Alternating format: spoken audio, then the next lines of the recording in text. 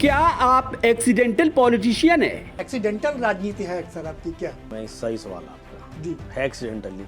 बसपा के अवसान से आपको अफसोस होता है? प्रधानमंत्री बनने की ओर बहन जी अग्रसर थी, लेकिन उसके बाद जो अवसान हुआ, जो गिरावट हुई 2014 के बाद से, दो बार ये कहा गया हाथी ने अंडा दिया, अफसोस होता है। बिल्कुल अफसोस होता है। जब तक मान्यवर काशीराम जी की विचार बहुजन समाज पार्टी में निहित रहे, तब तक तो बहुजन समाज पार्टी सही चलती रही। सनातन कमंडल और पीडीए मंडल है क्या? एक और सनातन है, दूसरी ओर पीडीए है। तो पीडीए को अगर हम मंडल मान लें तो सनातन को हम कमंडल मान सकते हैं क्या? ऐसा कुछ लगता नहीं है। ये विपक्ष के मुद्दे हो सकते हैं कि भाई ये तो सनातन को महत्व देते हैं, ये तो कमंडल की राजनीति करते हैं, लेकिन ऐसा नहीं था। वो दौर अलग था 80s का।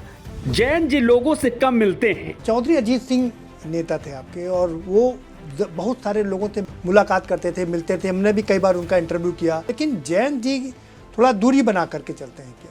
नहीं, ऐसा नहीं है। जो सब पहले से मिलते थे। अब जब से मिनिस्टर बने हैं तभी रेगुलर सुबह ही मेरे ख्याल 10 साढ़े 10 बजे निकलते हैं जब ऑफिस से, वो तो सबसे मिलते हो जाते हैं। कभी सोचा था आप मंत्री बनेंगे? पहली बार आप मंत्री बने, आपने कभी सोचा था सपने में भी कि आप मंत्री बनेंगे? मैंने सपने में विधायक बनना भी नहीं सोचा था। मैंने सपने में भी नहीं सोचा था कि आप एमएलए हो जाओगे। 3 बार विधायक हो गए। 2027 के चुनाव में आरएलडी को कितनी सीट मिलेंगी? 27 के चुनाव में आपकी पार्टी कितनी सीटों पर चुनाव लड़ने का दावा पेश करेगी? भारतीय जनता पार्टी को भी बड़ा मन दिखाकर राष्ट्रीय लोकदल की हिस्सेदारी ठीक ठाक रखनी चाहिए। जितनी बड़ी हिस्सेदारी राष्ट्रीय लोकदल की होगी, उतनी ही बड़ी जीत पश्चिम उत्तर प्रदेश की होगी।